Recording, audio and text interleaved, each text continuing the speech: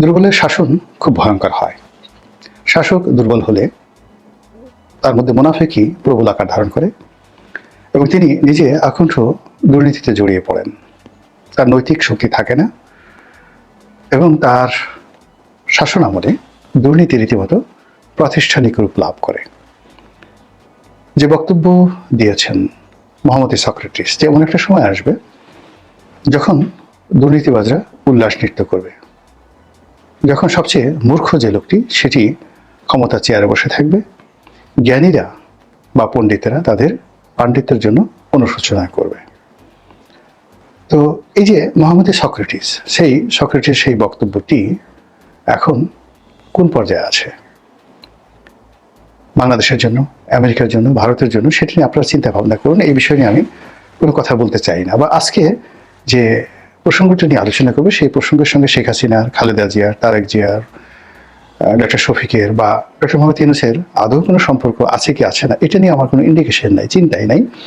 আমি কেবলমাত্র একটা ভাব সম্প্রসারণ করার জন্য যে বিষয়টি নিয়ে আলোচনা করব, দুর্বলের শাসন খুব ভয়ঙ্কর হয়, এটার ঐতিহাসিক প্রেক্ষাপট বর্ণনা করব, যাতে করে আপনারা বুঝবেন যে শক্তিশালী মানুষ ক্ষমতায় বসলে কি হয় আর দুর্বল মানুষ ক্ষমতায় বসলে কি হয়। প্রথমে শক্তিশালী মানুষের সম্পর্কে বলে নিই।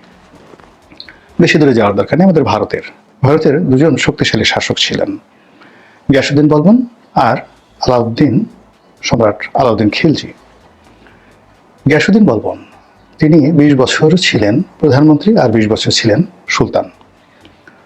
আর তার আগে, অর্থাৎ প্রধানমন্ত্রী হওয়ার আগে ইলতুৎমিশের জামানায় তিনি ছিলেন যে রাজকীয় গার্ড রেজিমেন্ট রয়েছে, এখন বাংলাদেশে যেভাবে এসএসএফ আছে, এই রাজকীয় গার্ড যে আছে, প্রাসাদরক্ষী, সম্রাটের দেহরক্ষী, সেই বাহিনীর প্রধান।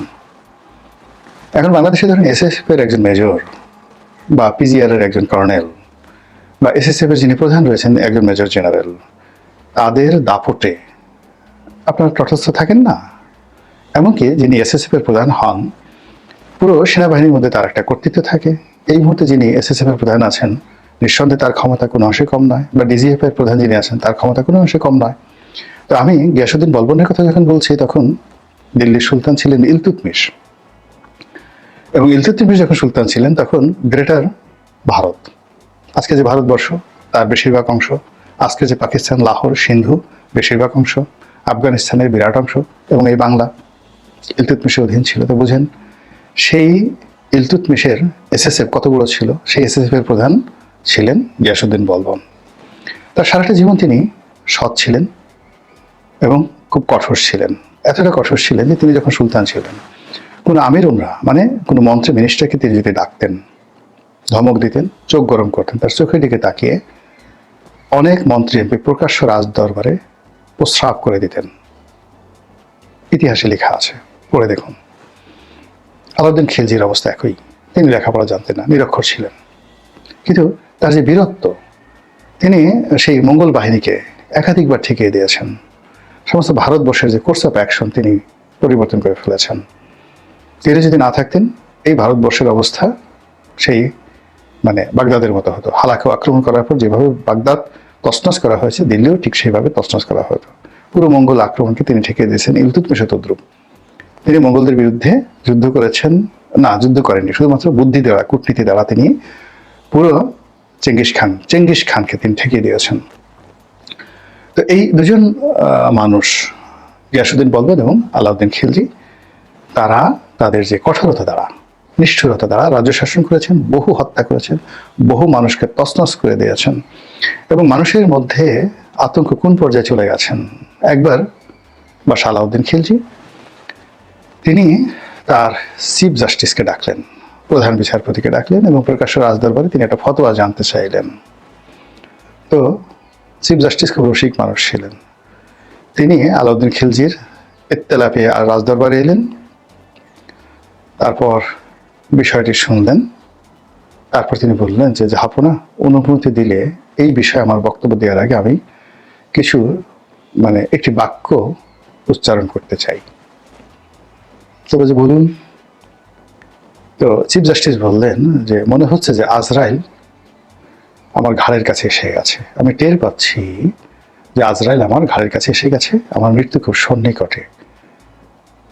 তো এই কথা শুনে বাসায় হেসে দিলেন, বলে কেন আপনার এটা মনে হচ্ছে? বলে এমন একটা জটিল বিষয় আপনি আমাকে ডেকেছেন, আমি যদি কথা বলি, মিথ্যা কথা বলি, তাহলে কিয়ামতের দিন আল্লাহ আমার হলকম চেপে ধরবেন। আর যদি সত্য কথা বলি তাহলে আপনি এই মুহূর্তে আমাকে মৃত্যুদণ্ড দেবেন। এখন আমার কি করা উচিত আপনি আমাকে বলে দেন। আজরাইল বসে আছে। তখন বাদশাহ হেসে দিলেন।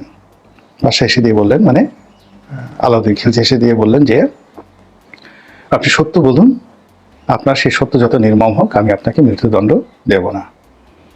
That was the administration, chief justice এবং সম্রাটের মধ্যে এই বক্তব্য।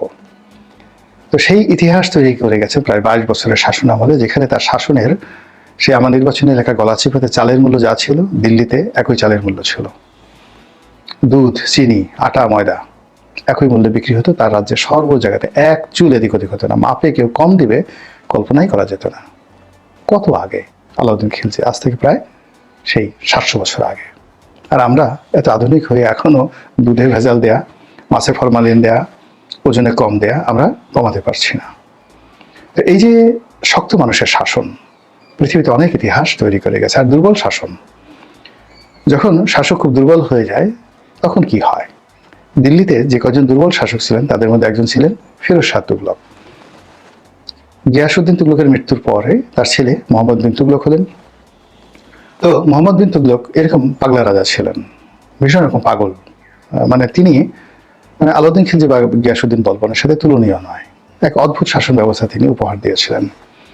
তো যাই হোক, সেই তার মৃত্যুর পরে কোনো উত্তরাধিকার খুঁজে পাওয়া যাচ্ছিল না। তখন তার এক আত্মীয়, চাচাতো ভাই ফিরোজ শাহ তুগলক, তাকে এনে সিংহাসনে বসানো হলো।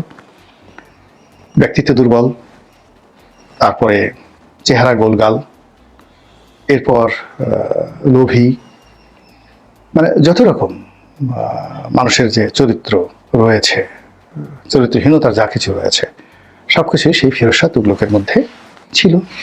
তো ফিরোজ শাহ তুগলক ক্ষমতায় বসার পর তিনি প্রথমে যেটা মনে করলেন সেটা আমাকে ক্ষমতায় যারা বসিয়েছে তাদেরকে কুনির জানাতে হবে।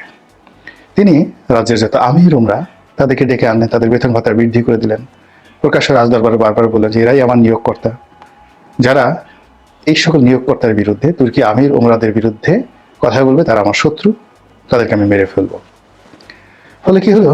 পুরো রাজ্যে শুরু হলো বিশৃঙ্খলা। আজকে আমরা যে মবের দেখছি, এই মব ফিরোজ শাহ তুগলকের জামানাতে শুরু হয়েছিল। আমরা যে তুগলকি কাণ্ড বলি সেটা ব্যক্তি তুগলকি কাণ্ড হলো বাদশাহ, যাকে বলা হয় সুলতান গিয়াসউদ্দিন তুগলকের কর্মকাণ্ডকে বলা হয় তুগলকি কাণ্ড। আর রাষ্ট্রে যদি তুগলকি কাণ্ড ঘটে সেটি হলো ফিরোজ শাহ তুগলকের ঘটনা। তিনি সুন্দরী রমণী পেতে চান, এই জন্য তিনি নিজে ঘুষ দেওয়া শুরু করলেন। সম্রাট নিজে বা সুলতান নিজে কার ঘরে সুন্দরী রমণী আছে সেই খোঁজ খবর নেওয়ার জন্য বিভিন্ন রাজপ্রাসাদের বিভিন্ন মহলের যারা পাইক পেদা রয়েছে তাদেরকে তিনি ঘুষ দিতেন। কার ঘরে সুন্দর ঘোড়া আছে সেই ঘোড়া কেনার জন্য, পাওয়ার জন্য তিনি ঘুষ দেওয়া শুরু করলেন। এটি ইতিহাসে লেখা, ব্যক্তিগত কথা নয়। তো তিনি একবার কি করলেন, যেটি ইতিহাসে লিখেছে সেটা তার একজন মন্ত্রী বা সেনাপতি, তার একটি অসাধারণ সুন্দর ঘোড়া ছিল। সেই ঘোড়াটা তার খুব পছন্দ হলো। তো অনায়াসে তিনি সেই ঘোড়াটা অধিকার করতে পারতেন, নিয়ে নিতে পারতেন, কিন্তু সেটি না করে তিনি করলেন কি, সেই সেনাপতির যে আস্তাবল রক্ষক তাকে তিনি ঘুষ দিলেন। সেই আস্তাবল রক্ষক সেই ঘোড়াটাকে পাগল বানিয়ে ফেললো বা অসুস্থ বানিয়ে ফেললো, বা সেই ঘোড়া সম্পর্কে সেই তার মালিকের মন বিষিয়ে ফেললো। এরপর সেই আস্তাবল মালিক, আস্তাবল রক্ষক যিনি রয়েছেন, তিনি সেই ঘোড়াটিকে বিক্রি করার সিদ্ধান্ত নিলেন। সেনাপতি সেটাকে ছেড়ে দিল আর সম্রাট সেটাকে কিনে নিল। এই ছিল ফিরোজ শাহ তুগলকের দুর্নীতির আর চরিত্রহীনতার, দুর্বল ব্যক্তিত্বের লক্ষণ, যা কিনা পুরো রাষ্ট্রকে একটা মবের রাজ্য বানিয়ে দিয়েছিল। এই হলো যাকে বলা হয় যখন একটা শাসক খুব দুর্বল হন। তো সেই দুর্বল শাসন যখন হয় তখন বিভিন্ন পদ পদবীতে পাগল টাইপের লোক বসে যায়। মন্ত্রী পাগল হয়, এমপি পাগল হয়ে যায়, তারপরে সেনাপতি পাগল হয়ে যায়, রীতিমতো চারিদিকে একটা পাগলামি। এবং যখন এই ধরনের পাগলামি হয়, শাসকরা যখন পাগল হয়ে যায়, তখন সেখানে দক্ষিণ পন্থা খুব জেগে যায়। মানে ধর্মবিশ্বাস, যে কোনো ধর্মবিশ্বাস এটি প্রবল আকার ধারণ করে। যেমন ধরেন গিয়াসউদ্দিন তুগলক যখন ক্ষমতায় ছিলেন, তখন তার ছেলে মোহাম্মদ বিন তুগলক, যার ডাকনাম ছিল জুনা খান, তো তিনি পাগলামি করতেন। কেমন পাগল ছিলেন, তিনি একবার নিজামুদ্দিন আউলিয়ার দরবারে গিয়ে বসে থাকতেন, আবার ঘুরে বেড়াতেন খালি গায়ে বিভিন্ন জায়গাতে। আবার তিনি যখন খলিফা হলেন বা তিনি যখন শাসক হলেন, তখন বাগদাদ থেকে একজন লোক এলো, যিনি কিনা সর্বশেষ যে উচ্ছেদকৃত শাসক খলিফা মুনতাসিম বিল্লাহ, তার দুঃসম্পর্কের আত্মীয়। এখন বাগদাদের খলিফার বংশধর, মানে যাদের রক্ত পবিত্র, যারা কিনা বেহেশতের সার্টিফিকেট দেন, বেহেশতের টিকিট দেন, ওই জমানাতে মধ্যযুগে এটাই ছিল যে বাগদাদের খলিফারা জাস্ট একটা সার্টিফিকেট ইস্যু করে দিতেন এবং ওটা মাথায় নিয়ে পৃথিবীর তাওয়াবৎ শাসকরা নিজেদেরকে সেই আল্লাহর প্রতিভু, আল্লাহর খলিফা হিসেবে নিজেদেরকে মনে করতেন। তো এরকম একজন পবিত্র মানুষ রাজ্যে আসছে, এবং এটা নিয়ে তিনি যে পাগলামি করেছেন, ইবনে বতুতার বইতে আপনি পড়ে দেখেন কি ধরনের পাগলামি, হাসতে হাসতে আপনি মরে যাবেন। এবং ইবনে বতুতা বেশ কিছুদিন মোহাম্মদ বিন তুগলকের আন্ডারে তিনি দিল্লির চিফ জাস্টিস ছিলেন। তো কাজে তিনি যে বর্ণনা করেছেন, সেই বর্ণনার একটি অংশটা হলো যে যখন তিনি জানলেন, তখন তার সঙ্গে দেখা করার জন্য তিনি পায়ের জুতো খুলে ফেললেন। এবং তিনি যে জায়গাটাতে দাঁড়িয়েছিলেন, সেই জায়গাটাতে তিনি চিন্তা করলেন যে এই লোকের কাছে তার হেঁটে হেঁটে দিয়ে আওয়া বেয়াদবি হবে। তখন তিনি হাঁটুর উপর ভর করে মাথা নুইয়ে তিনি সেই পশু যেভাবে এগুতে থাকে ওইভাবে তিনি এগুতে থাকলেন। চার পেয়ে প্রাণীর মতো তিনি সেই বাগদাদ থেকে আগত খলিফা মুনতাসিম বিল্লার দুঃসম্পর্কের আত্মীয় তার কাছে গেলেন। তার জন্য তার নিজের যে প্রাসাদ, সবচেয়ে অভিজাত যে প্রাসাদ, সেই প্রাসাদটা ছেড়ে দিলেন। এবং তার নিজের জন্য যে সকল বিত্ত বিলাস বৈভব ছিল, তার চেয়ে অনেক বেশি সুযোগ সুবিধা তিনি আয়োজন করলেন।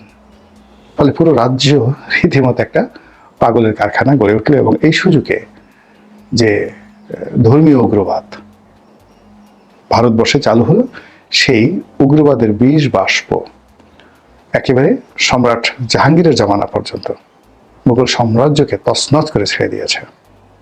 ওই সময় সেই উগ্রবাদ, মানে সুলতান মোহাম্মদ বিন তুগলকের সময় যে দক্ষিণ পন্থার উদ্ভব হয়েছিল, সেটার বিস্তার একেবারে জাহাঙ্গীরের জমানা পর্যন্ত ছিল। পরবর্তীতে নূরজাহান যখন প্রভাবশালী হয়ে পড়ে, তখন এটা ধীরে ধীরে কমতে থাকে এবং আওরঙ্গজেবের সময়টাতে এটা একটা নিউট্রাল পর্যায়ে চলে আসে। যেভাবে ইংল্যান্ডে খুব চার্চ শক্তিশালী হয়েছিল, মানে রাজা যদি শুল্ক আরোপ যেভাবে করতে পারত, ঠিক সেভাবে রাষ্ট্রীয় সকল কর্মে খ্রিস্টানদের যে ধর্মগুরু যারা ছিলেন, পোপ, তার ক্ষমতা অনেক অনেক বেশি ছিল। পোপ ইচ্ছা করলে অনেক রাজাকে মৃত্যুদণ্ড দিয়ে দিতে পারতেন। তো এরকম ভারতবর্ষ কিন্তু সেই উগ্রবাদ, ইসলামী উগ্রবাদ, ধর্মবাদ মারাত্মকভাবে বৃদ্ধি পেয়েছিল এরকম দুর্বল শাসনের অধীনে, পাগলা রাজাকার অধীনে। তো যখনই এরকম দেখবেন যে কোনো একটা দেশে মানুষ বস্তুর সাথে অবস্তুগত বিষয় বেশি পছন্দ করে, তারপর কামনা, বাসনা, স্বপ্ন, এই তিনটি জিনিস মানুষের যে পার্থিব বিষয়, পরিশ্রম, অর্থ, বৃত্ত, ব্যবসা বাণিজ্য, এইগুলোর চাইতে প্রেম, ভালোবাসা, বিশ্বাস, ধর্মাচরণ, এই জিনিসগুলো মানুষের জন্য মুখ্য হয়ে যায়। তারা মনে করে এর মধ্যেই তাদের মুক্তি। ধরে নেবেন যে সেখানে দুর্বল শাসন চলছে। এবং যখন ধর্মগুরুরা সেটা বৌদ্ধ হোক, খ্রিস্টান হোক, হিন্দু হোক, ইহুদি হোক, তারা সিংহাসনের প্যারালাল একটি শক্তি তৈরি করে ফেলে এবং মানুষদেরকে জমিনের পরিবর্তে আসমানের দোহাই দেয়। মানুষদেরকে জীবনে বেঁচে থাকার চাইতে মরে যাওয়ার জন্য তাদেরকে উৎসাহিত করে বেশি। এবং বাস্তব জীবনের চাইতে মরে যাওয়ার পরে যে জীবন, এই জীবনটাকে গুরুত্ব এমনভাবে দেওয়া হয় যেন মানুষ কাজকর্ম বাদ দিয়ে সারাক্ষণ শুধু তসবিহ নিয়ে হায় আল্লাহ, হু আল্লাহ, এ সকল কথা বলে তারা বেশি শান্তি পায়। এরকম একটা প্রচারণা চলতে থাকে।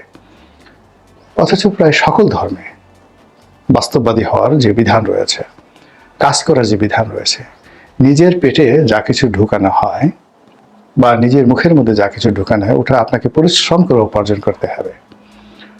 এগুলো মানে কারো দান, কারো দয়া, কারো দাক্ষিণ্য, কারো লুটপাট, কারো টোল, চাঁদাবাজি, সেটা মানে ভেস্তের টিকিট বিক্রি করে হোক বা ওই মানে ইজারাদারের টিকিট বিক্রি করে হোক, আপনি যে কোনোভাবে পরিশ্রম ছাড়া অর্থ উপার্জন করছেন, এটা যে কোনো ধর্মে, ইসলামে তো একেবারে 100% নিষিদ্ধ।